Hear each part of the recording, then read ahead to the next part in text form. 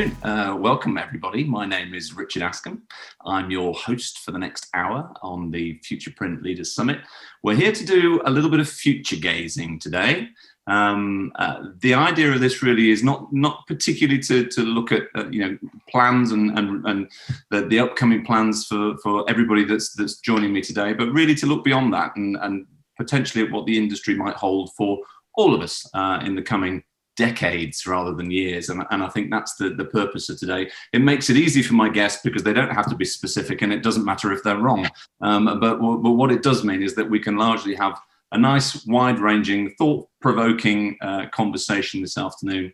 We'd very much welcome your thoughts and your questions. You're all familiar with it now. We've kind of been doing it for long enough. There's a chat button at the bottom. There's a Q&A button at the bottom. If you do have any questions or comments, please do feel free to send those in. We will do our best to answer them. But you might struggle to get a word in edgeways between my guests this afternoon. And I think the easiest way is to let them introduce themselves. But I guess it starts with a good old-fashioned joke that a Scotsman, a German, and an Englishman walked into a bar. What did they say? So let's start with the Scotsman. And if you wouldn't mind introducing yourself, sir. Absolutely. Thanks, Richard. Yeah, it's Peter Gunny. I'm the CEO of Grafenia PLC. We're on the London stock market. I've been with Grafenia since 1998. I opened the very first printing.com store in Edinburgh back then, and I've moved through a variety of roles, ending up as CEO about 5 years ago when the founder stepped down. Pleased to be here. Thank you very much. Well, it's nice to have you here. And then a German walked into the bar. So the other Peter, please. Yes. Hi, Richard. Yeah, I'm happy to hear. Thanks for the invitation to this group. My name is Peter Wolff. I'm working for Canon Europe. I'm since 30 years with the company, and today I'm in charge of sales and service for a product portfolio which we call production printing products. That's predominantly small and large format inkjet technology, but also some toner technology. Thank you very much. And finally, the Englishman who clearly is going to have to buy the drinks as he walks into the bar. I kind of think we're missing the Irishman somewhere as well. Yeah, all right, you're right. That's the funny bit, was always the Irishman. But I'm Robin East. I'm Group Sales and Marketing Director for CMYUK, one of the founders as well, with John Price. We're the UK's largest supplier of wide format and super wide format digital printing equipment and cutting materials and associated materials. Brilliant. Well, gentlemen, thank you so much for joining me this afternoon. Really appreciate the time. I know we're all a little bit zoomed out and teamed up and Googled Hangout and all that kind of stuff. But do you know what? One of the things that I've found over the last 12 months is the ability to talk in this environment at any time to anybody has really been a boon, I think, to the industry. And as a speaker and a host in the print industry, I think it's really given a different edge, a different advantage to all of our sort of working lives. I'd be interested, before we start talking about the future, we can't ignore the present. Awful times for many. But let's try and focus a little bit today on the positives. And I'd like to hear from each of you really what you think the major impact has been, not only for your own business, but also the industry as a whole, really, of the last 12 months. So I'm going to start with Robin. Yeah, I mean, it's very interesting. I think, if you wind the clocks back to, March, when everyone sort of thought they were standing on a cliff edge, not knowing what the future held. One thing that I've seen over the period following that was, maybe this is a natural thing that us human beings doing. We're very resourceful. Actually, I think we forget that.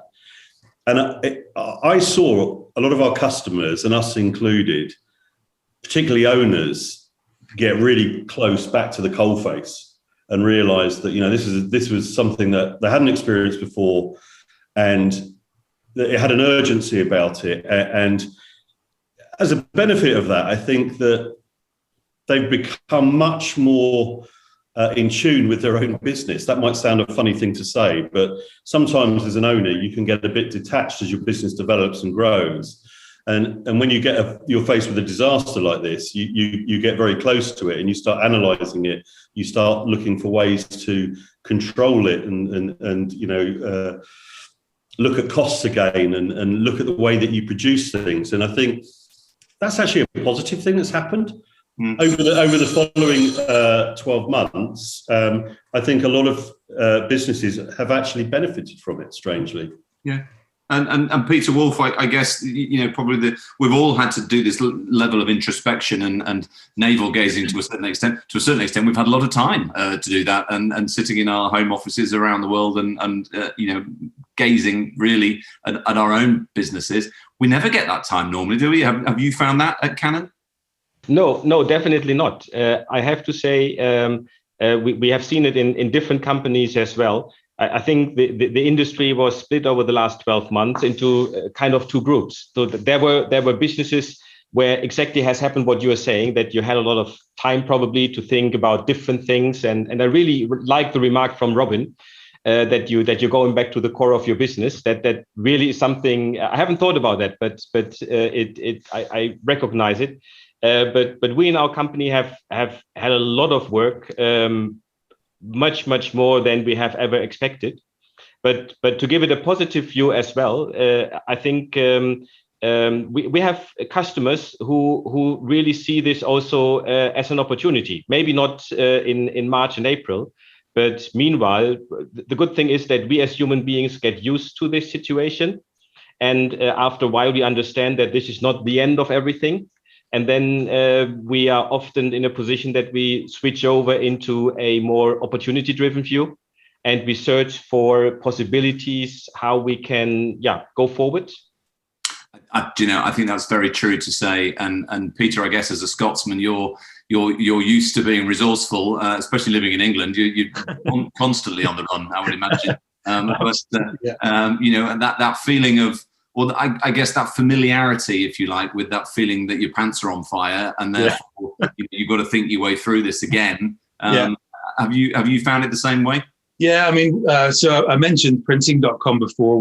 We've been running a network of local print stores for 2 decades, but maybe 10 years ago we could start to see the world changing. And I think what happened since March is really just an acceleration of everything that we were seeing happening in slow motion, happened almost overnight. And so we've got a few hundred Nettl neighborhood locations. So they're independent businesses in communities all around the UK and in some other countries. So like Robin, we were right at the coalface with seeing our clients closing, our clients having their events cancelled. You started to see in sort of even January, you started to see the people coming from the Far East, those exhibitions getting postponed. And what was interesting for us really though is not everything was affected the same way. So traditional print hit very, very badly, but then all the wayfinding signage and COVID secure product range, masks, they did well. But really, it was the digital, and it was the clients turning to update their websites, put click and collect on because people couldn't open stores, and we were dealing with the digital side of things first, just out of sheer necessity. So it has been a hairy time, but I think one of the things that we've seen as a positive is we've got 200 or so independent business owners who were all experiencing this for the first time, and just being part of a community, being part of something bigger, knowing where to turn to, and sharing ideas, I think is incredibly important at times like this. So just the power of community, I think, would be the biggest positive that's come out of this for us. It's always the one thing that strikes me, Peter, about the print industry is the power of that community. And I think since I first stood up on a stage and pretended to be good at what I do 5-6 years ago, it still continues to strike me to this day that there is such a true collaboration in the industry, and hopefully, of course, that's there to stay. And you touched on something there about acceleration, really from a strategic perspective, and digital is what you mentioned. Do you all feel the same, that actually in the industry there's maybe been some stuff that's leapt forward 5, 10, 15 years in its development in a relatively short space of time? Has that been the same for all three of you? Robin, you go first. Yeah, definitely. I think, I was about to say, just when you were talking there, Peter, as well, I don't think sometimes we give printers enough credit. They're a very entrepreneurial breed. Yeah. You look at the way that, when Peter's talking there, where some sectors get hit, they diversify very, very quickly.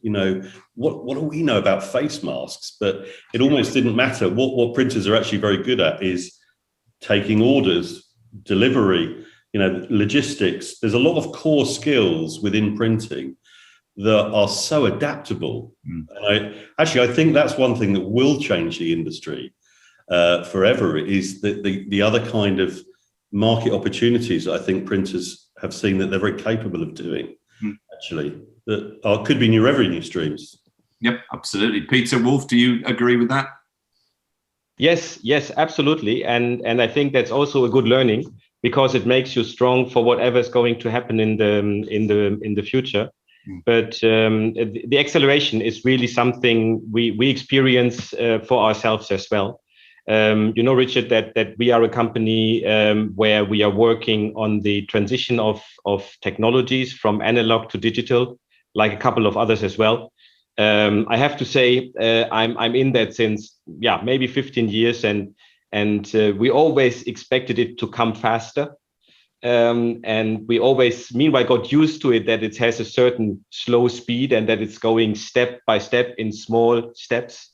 And there was a big change over the last 12 months, definitely, that people who were reluctant to look into these so-called new businesses, they suddenly were much faster.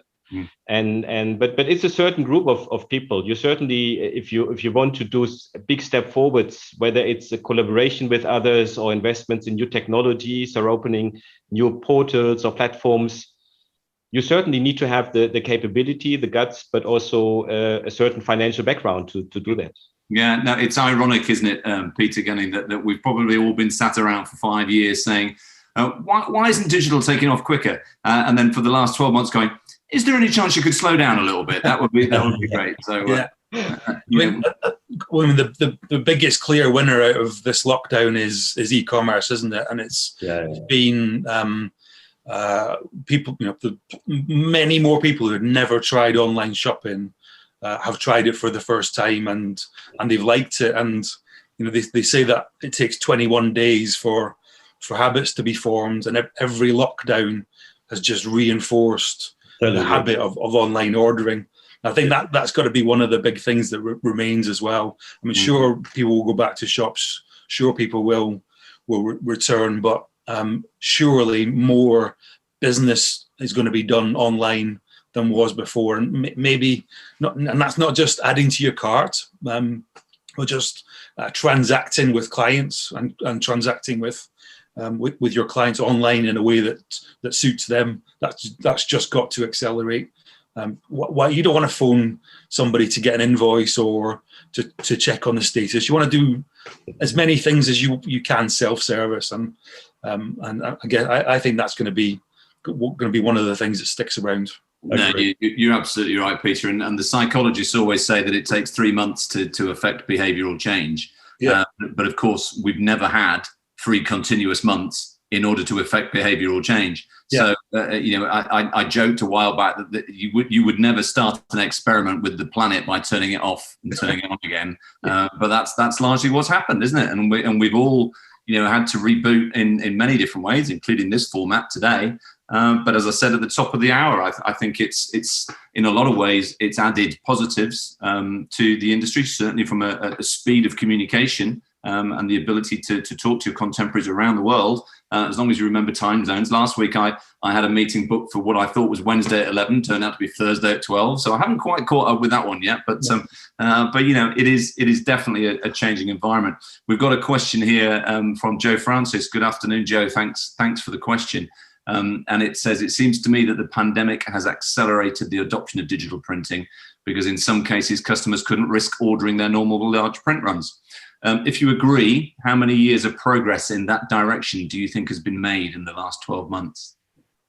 Peter Gunning, we'll start with you. Yeah, I think that's entirely right. I mean, if you're selling B2B, the challenge has become you can't just direct mail to offices anymore. You could because everybody was working from home, and you couldn't just put inserts into trade magazines because they were probably being delivered to a pile in an office somewhere. So I think definitely we've seen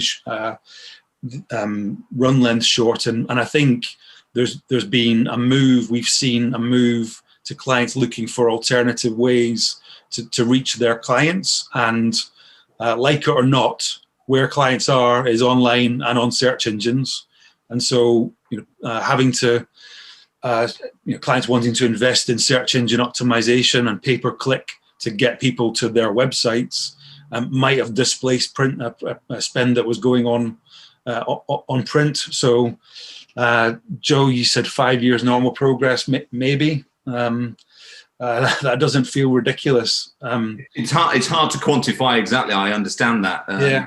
And Peter Wolff, I guess for you really is more at the manufacturing end of the market. You maybe don't necessarily see that impact as directly on your business as the D2C end of it. But I guess what you're seeing is the requirement from the D2C end of it to update to digital. Is that reasonable? Absolutely. Yeah, absolutely. And this is what is really a big difference.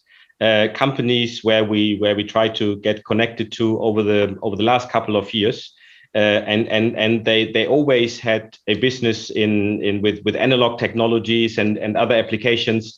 Yes, they are suddenly much more open because they see that the world is going around faster, and they just don't want to miss it. And these are conversations which we have, and that our larger projects are always have a lead time which is beyond 3 or 4 months.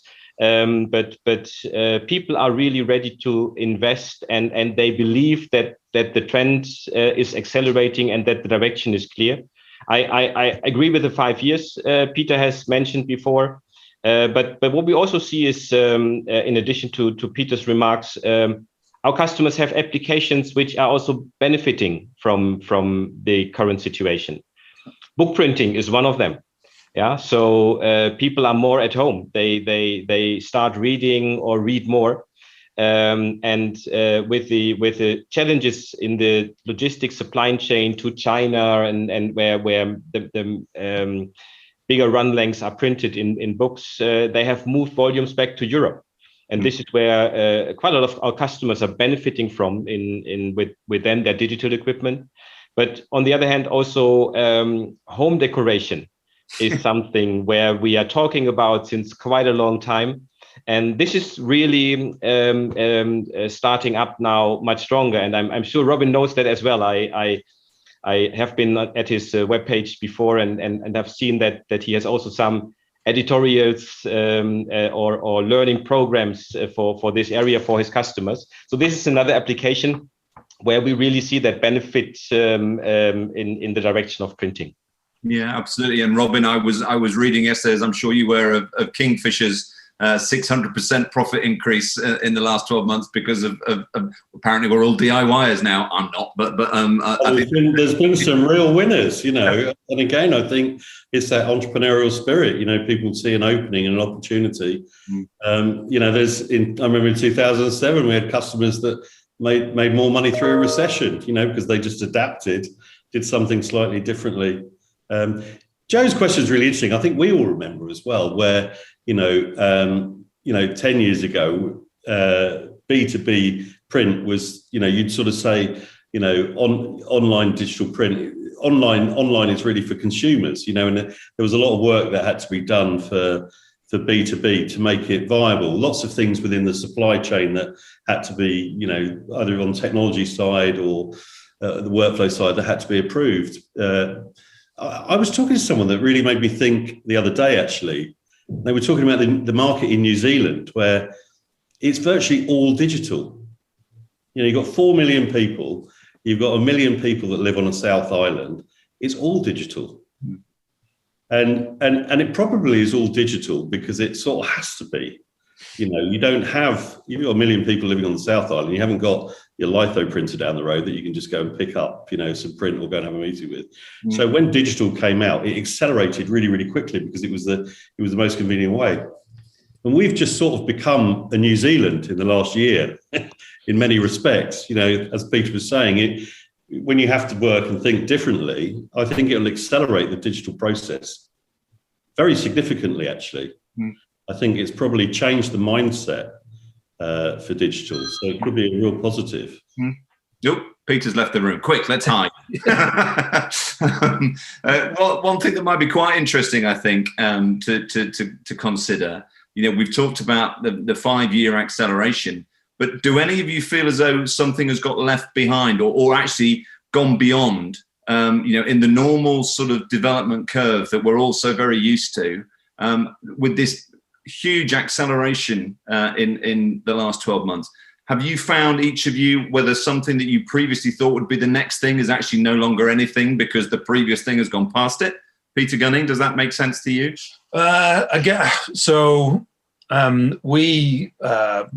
We're a client of Robin's. We invested in digital textiles 5 years ago and we were doing very well out of events and exhibitions just in time for the great exhibition Extinction event. So I think maybe there's been so I'm sure events are going to come back. Will exhibitions come back? Maybe they won't be the size and scale that they were, and maybe that's activities. So difficult, isn't it? Yeah, it's a tricky one. I think maybe exhibitions were probably on the wane, and it's whether they will come back or whether they'll come back in a different format. It's interesting, all the different digital events like this that have been going on. They don't displace or replace the same sense of being in the same room and wandering around a hall. So who knows? It is one of those tricky things, isn't it? Really, and Peter Wolff, I know from first-hand experience of the proprietary events that you do with Canon. Do you think there'll be more? Yeah, the world will almost retrench back to its own stuff and stop being part of the bigger expos, as Peter's just mentioned. I think there will be a kind of rebalancing because I think 15 months, 18 months ago, nobody would have believed that in a couple of weeks we have conversations like this and this will work. I've met many people also in my team who have explained to me that it's impossible to have an impact via Teams or Skype, and it works. But on the other hand, I think what we in our business recognize very well is that with all the events and conferences and congresses we join or we do by ourselves, it's often very much about giving a platform to our customers to meet other customers. It's not only to meet Canon and to see our technology and to listen to presentations. We put this experience as a group of people very much into the center of what we do. And this is certainly by far not the same thing when you do events digitally. But on the other hand, Richard, you also extend your reach. So and for me, it's clear for the future. We will go back because also in our private lives, I think we see it really as a limitation that we can't meet other people.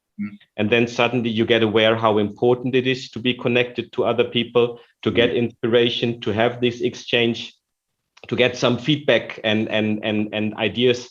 So that's where physical events are, I think, really great for. But to my personal expectation, in a combination with digital events or digital channels like we do here, and that's a big step forward, definitely. Yeah, no, you mentioned the word reach there, which I think is quite key. And certainly, you know, the events that I've been involved with over the last 12 months, the attendance has been off the charts because, of course, nobody's got anywhere else to go. It's a captive audience. You don't have to travel anywhere. You don't have to queue up for that. You know, it's like the people that think travel is glamorous. The people that think travel is glamorous have never travelled, basically. So, but Robin, what's your thoughts? Do you agree that there's a hybrid world coming our way?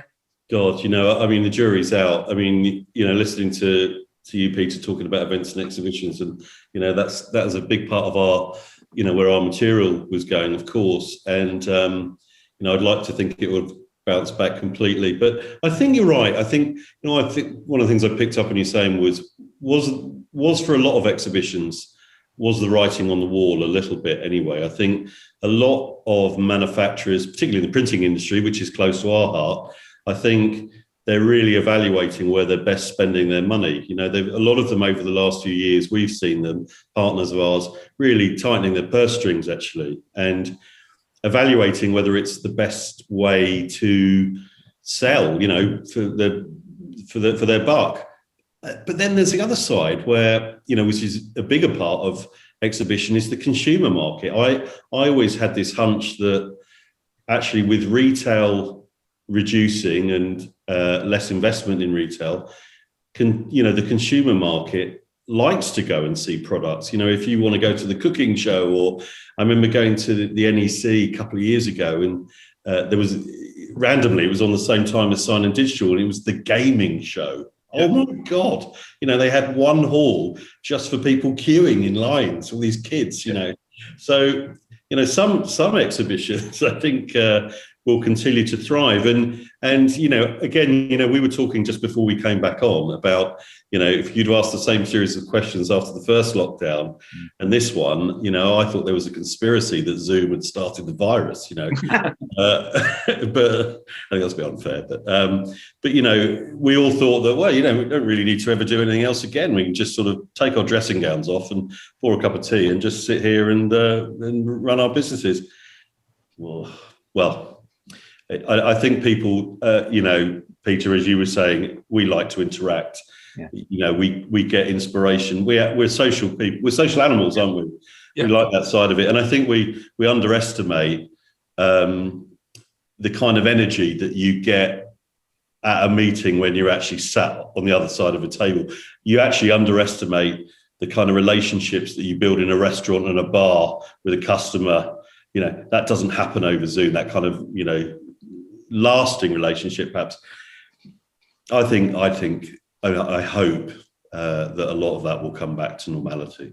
I've said a number of times now, and you've probably all heard me say it, that you know, for all of these big exhibitions and shows and conferences, the real stuff gets done at the bar in the evening. So maybe we should just open a pub and do it that way. But here's one for you. You know, we're gazing into the future today. So I just want to pick up on something that you just said there in terms of the gaming show and so on. Is there an argument for the print industry, in order to engage with a younger and a wider audience, to actually make the exhibitions more experiential? And not just be about print to print, but as in industry, but to be about print to consumer or print to potential worker or print to student. You charge them money to come in. You know, you lay on the best show that you can possibly do, and it's an event that they come to. So it's not about cost, because largely they're gonna pay to come in, and you show them what print can actually do. What do you think about that, guys? So Richard, that is genius. We held some events a few years ago called Expoganza, and it was that was the exact aim, was to remove that kind of stuffy boys club feeling. So we hired galleries or warehouses, turned all the lights off. We had loads of fabric stands, all nicely printed with CMYUK fabrics, DJ, smoke machines, a free bar. And I think we've had 1,600 people come to these events.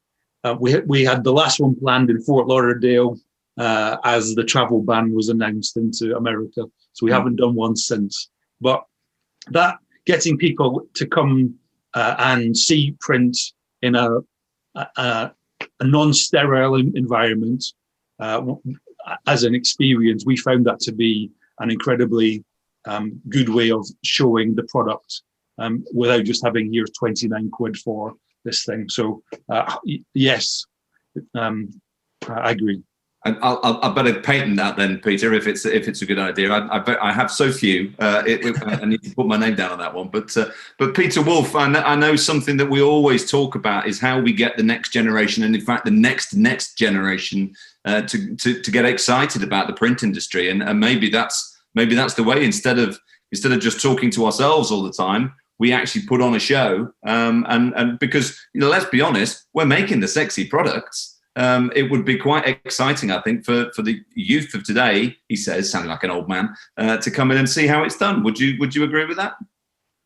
Yeah, absolutely. And I think when you go to newspaper shops, for example, and when you then do that at airports or stations, and then your train stations, then you can see really the number of magazines, catalogs, which are printed for different interests. And I think then you understand that the range is very wide and also going to young people.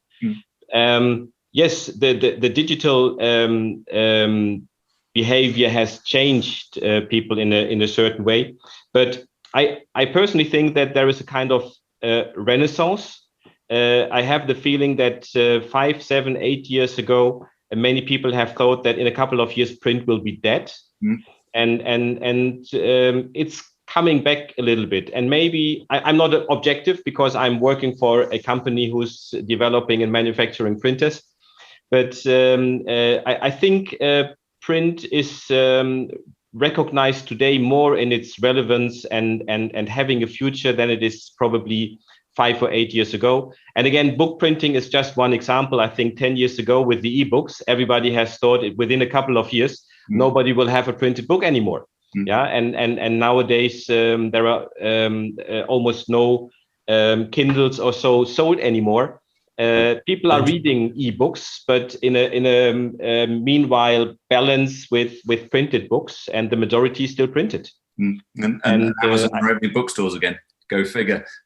So, Robin, are you a Renaissance man? Do you see that? I mean, I would be really interested if you put on a show, by the way, that you could sell tickets to see what you guys do and what it's for. I think you got yourself a brainer there. Well, firstly, I do. I think we all agree. I think print is a very sexy business, and actually, what I love about it, and we love to sort of bring young people into the business.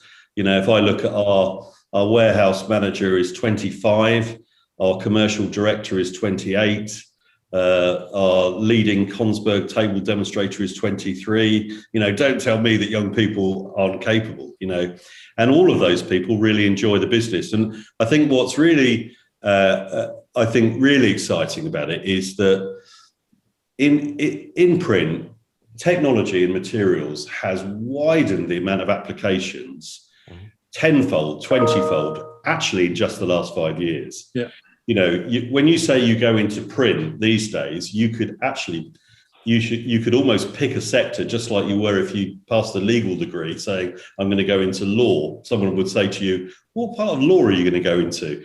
I think now with printing, there's so many opportunities and niches that you can go into with some stuff that is so creative.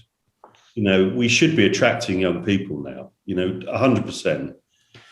I think this is my point. Sorry, Peter, this is my point really about a consumer print show rather than an industry print show. Yeah. Because I don't think an awful lot of people draw a direct line between some of the fantastic products that are out there that are printed, and they don't see it as, because I think everybody has a one-dimensional view of the print industry, that it's a piece of paper with some ink on, the world. Although the world has, expanded so rapidly over the last 12 months, I'm not entirely sure that they can keep up with the development of digital print and what it's capable of, and 3D print and so on and so forth, unless they actually ally it back to the products that they've got in their hands. So is that something, if it was a consumer print show, do you think that would elevate the market even further? Sorry, Robin. Well, sorry, I was waiting for Peter. I think, I don't know if that's just the answer. I think as well. I think it needs to be a sort of two-way thing. I really think that there needs to be sort of more encouragement. You know, I'm not pigeonholing everyone, but more encouragement and a greater appetite to involve young people. You know, to sort of try and pull them in. You know, Peter was saying he did that kind of event. It's brilliant. You know, because you know, you don't need metal boxes all over the place, you know, and in-depth, you know, demonstrations.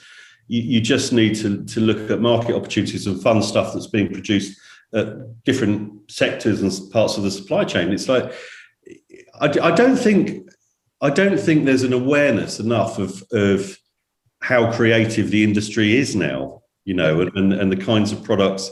I mean, look at you know, people talk about reshoring of decor and fashion, you know, and these are, you know, this is a market that's booming at the moment, particularly through lockdown, you know, where young surface designers can produce collections and have products made and capitalize and commercialize all kinds of different products in a really profitable and fun way, actually.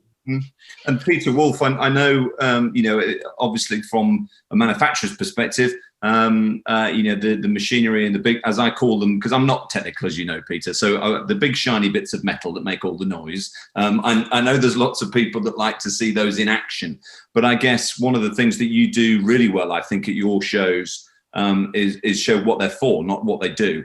And it's interesting, there's a comment there in the chat from Peter, and he's paraphrasing Simon Sinek there, I think, about letting people know why we do what we do. It's not just what or how, but why.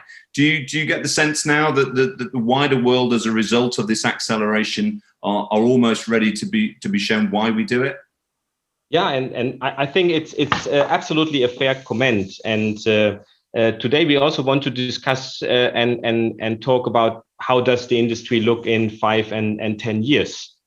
So when we take a typical printing company nowadays and try to imagine how this company might look in 5, 7, 8 years, it will be a different company.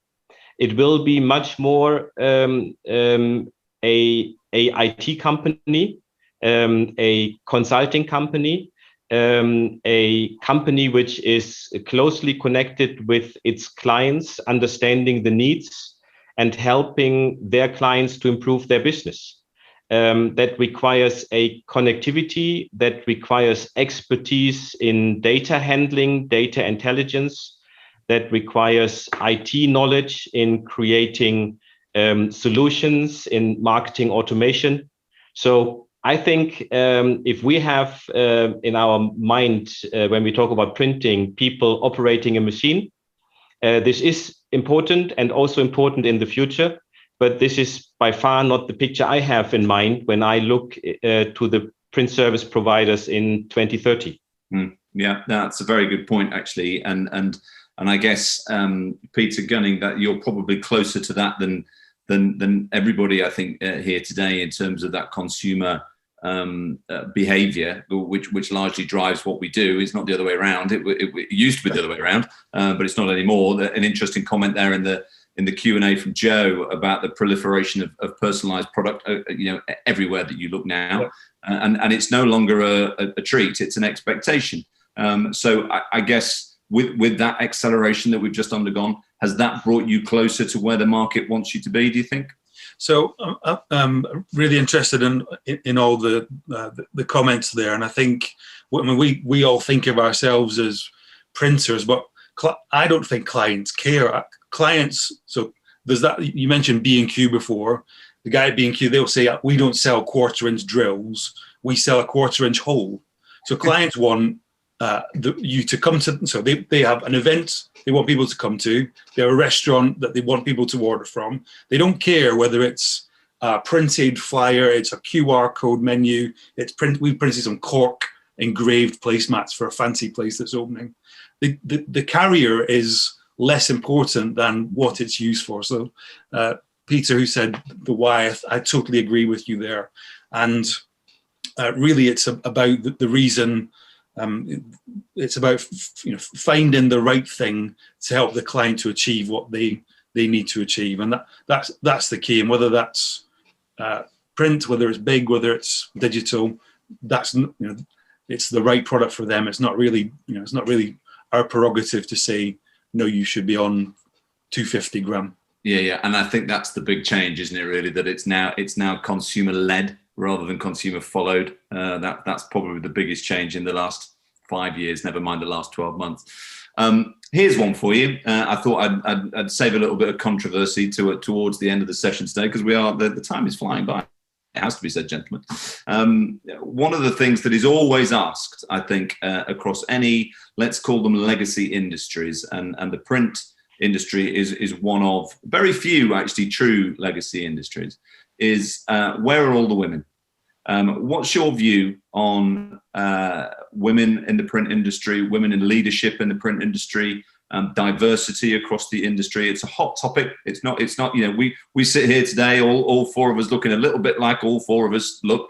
We need to address this. I think I'd be very interested to hear your thoughts on, not now and not 5 years, but 10, 15, 20, the next generation coming through. We talked a little bit about attracting the young people of today into the industry. What's it going to look like, Peter Wolff, in 20 years' time, do you think? Yeah, difficult. It's really a very important topic. It has been over the last years, and it's even more important. I think it has to be different in 5 and 10 years. That's without any question. It is difficult to come there, because at least in our company, it starts already that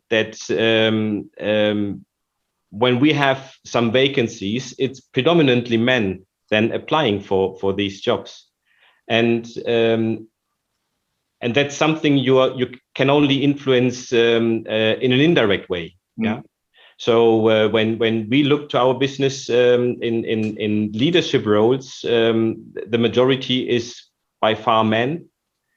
While on the other hand, we know that women have capabilities, and we have some in our company which have a great success. So I personally would like to have much more women. So I hope my colleagues who are male understand my remark now, so they no need to be afraid now. Yeah, this is why I say it's a controversial subject, but just because there isn't an easy answer doesn't mean we shouldn't ask a difficult question. And I think that, Robin, your view on that would be interesting. Well, I suppose I'm different to both the Peters, because we're not actually a printer. We're a supplier. So I don't think we've probably got the same kind of ratio of split, because our sales director is female, our marketing manager is female, our purchasing manager is female, our PR manager is female. But we're not really a printer.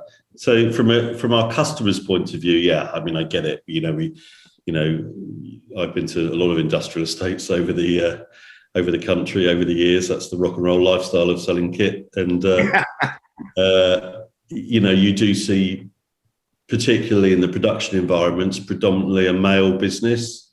I wouldn't say that's without exception.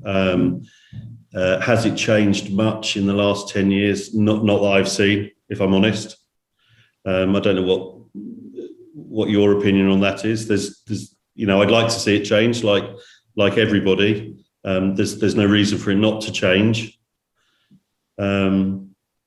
I think that's the key thing, isn't it, really, Peter Gunning, that there is no reason for it not to change. It's just, I take Peter Wolff's point completely, that you put up a job vacancy and you can only employ the people that respond to it. It shouldn't be any other sort of method than that. But do you find the same? Is it the same in your business, or are you a little bit more open?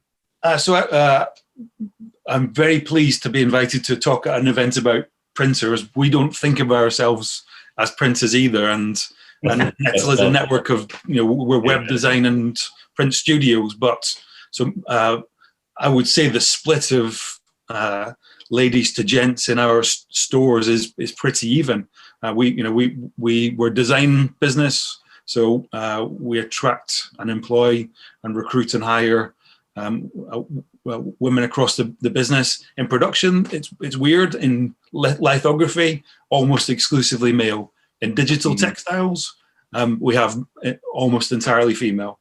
So it's a weird split of who applies for the roles, but client-facing, technology-facing, I would say it's 50-50 in our business. So do you think then that with the way that the industry is changing, and we've talked quite a lot about and Joe Francis mentions here in the Q&A about being a high-tech industry will help, being a creative industry will help, being a design-led industry will help. Is it just the old view, do you think, of it being a manufacturing industry that isn't necessarily the appeal? If the positioning is changed and the view of that is changed as a result, and this is my point really about connecting people to the world of the whole print industry. Now, I appreciate the fact that you're not printers, but you're in the industry per se.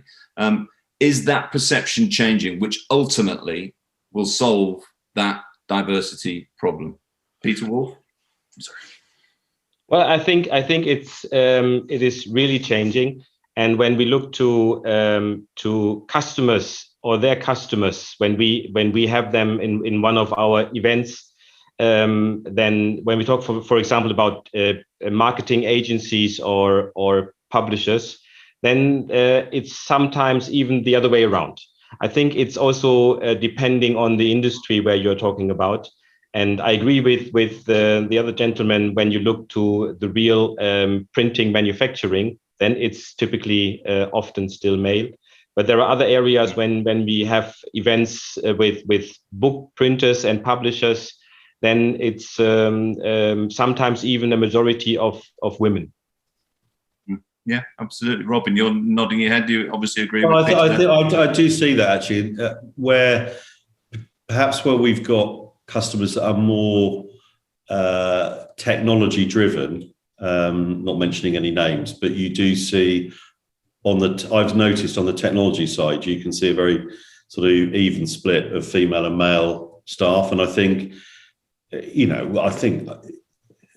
any employer that would only ever recruit based on a skills match type policy. I mean, why would you not, perhaps, the more traditional litho side is because it is just a bit more heavy metal and a bit more mucky and a bit, that's just something that I think, is perhaps attracted more from a male type operator than a female one. And maybe equally, not for any other reason, maybe that's why you see on the, Peter sees on the decor side and the textile side, you see more of a attraction from women. That's just a natural gender attraction to a role, perhaps. I don't know. But certainly I'd like to think that, I think that's an interesting comment you made, where you have much more technology involved in businesses. Print's not the mucky business that it was 20 years ago, is it? Let's face it. I think you'll see the split and the ratio change. I think you're right, and the times that I've walked into print events and it looks a little bit like the bridge of the Starship Enterprise. The things have literally come a long way in a very short space of time. And Peter Gunning, I guess again that you're probably best placed to see that evolution. And it's a bit like, we've all got, our houses are jammed full of technology these days, aren't they? Really, it's just become standard. But do you think that's where the appeal will come from? But not just to female employees, but just a younger generation, full stop. Yeah, and that's we take entry level people in through our own stores and through our partner locations. They're coming from apprentices, they're coming from school, they're coming from college, and they're attracted to work in, I would say, design and marketing. The print itself, once you've done your first hot foil or spot UV job, of course you're hooked. But the actual thing that you're designing for, whether it's a click and collect nail bar website or whether it's an exhibition, display. You design what the client wants, and actually all the diversity of things you can now do, I think, is appealing. Yeah. Maybe 20 years ago, when you got a job in one of our stores, all you were doing all day was business cards and leaflets, and now it can be anything. Yeah, absolutely. So on the subject of anything, that's a very nice segue. Thank you for that. I'm quite interested to hear from all three of you, really. A little bit of future gazing from you to finish the session off with today. Not just where you think the industry and your particular part of it will be, but where you'd like it to be in, let's say, the next 5, 10, and then maybe 20 years. So 5 feels as though it's part of the current plan. 10 will be a result of the 5-year plan, and 20 could be anything. So give me your near, medium, and far view on where you would like the industry to be. And I'm going to start with Robin. I knew you were going to say that. I don't need the 3 minutes to think about it. Let's go. We've got a chance to think now. Actually, I suppose one of the things that I think has been really good in the last couple of years, and I see as progressive, is how inclusive the technology has become. So where equipment and solutions and the sort of affordability to set up into a business and create something was prohibitive to a certain degree at a certain level, the cost has come down so dramatically. And I think that's really exciting. You know, we see with that as well, a lot of, that sort of smaller, old school, could be sign maker or smaller printer, really taking and embracing new technology that would have been prohibitively expensive previously.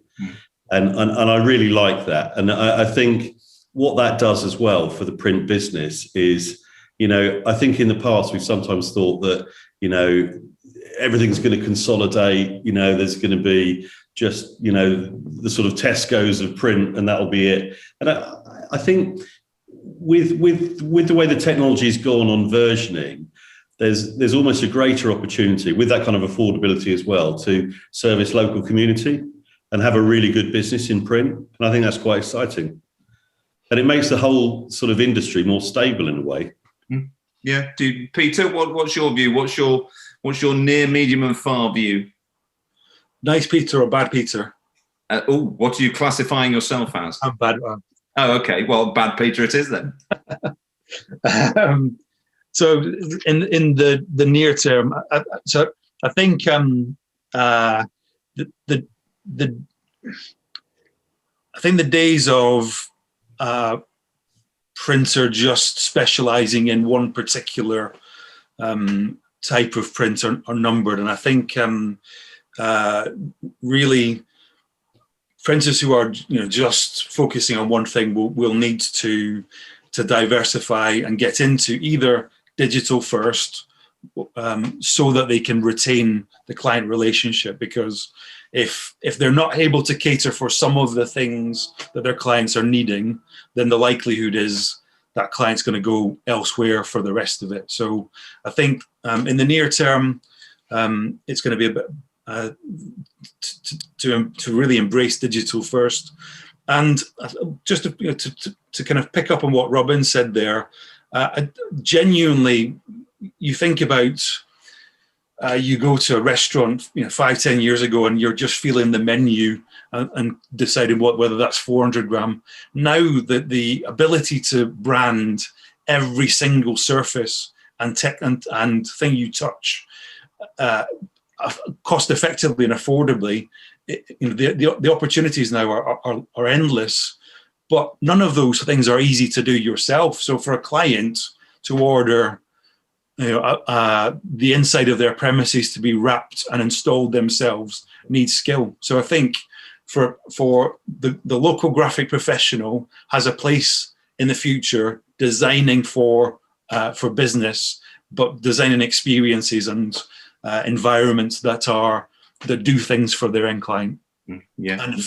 And whether that's bringing people on their website, driving traffic to their site, or doing some wonderful building wraps, they need to do it all. Yeah, it's interesting. I noticed Peter smiling when you mentioned about the menu, because my experience of every print event I've ever been to is sitting down in a restaurant with a printer. They're not listening to me, they're doing that with the menu. 415. Or smelling it. Well, now it's Peter Wolff, now known as Nice Peter, christened by Bad Peter. Give me your future gaze. What's your near, medium, and far view of where you'd like the industry to be? Yeah, for me, it's a difference between printers and print itself.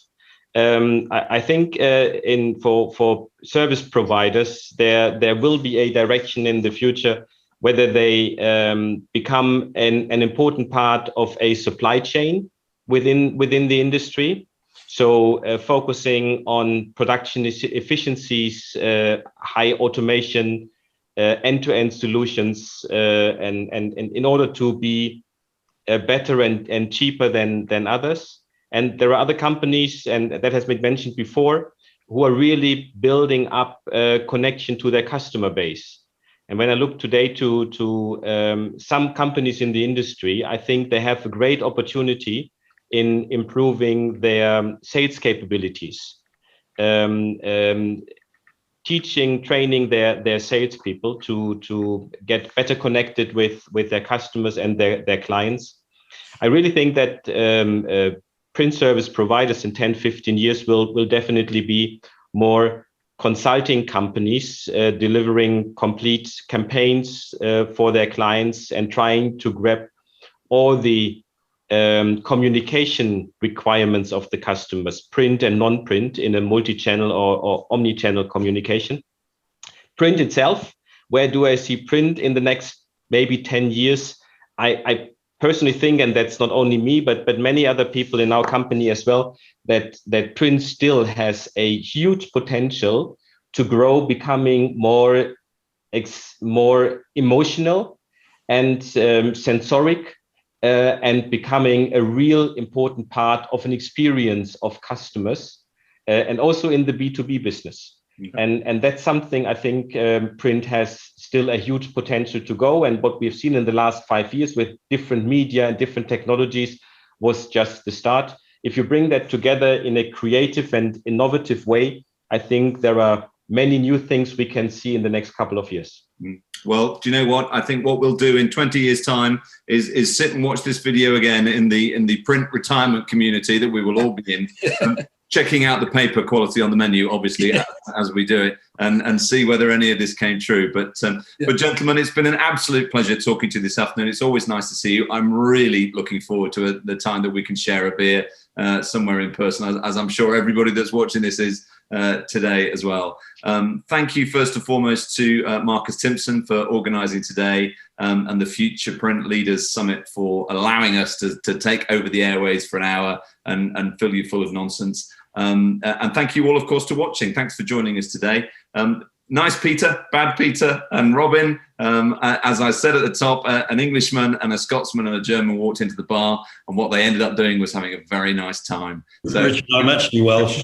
I take it all back. I take it all back. My word. That's right to the last minute. It's all right. We'll change that in the edit. Don't worry. Listen, guys. Thank you for your time. We'll see you. Thanks a lot. What a pleasure. Bye. Thank you. Bye bye. Bye bye.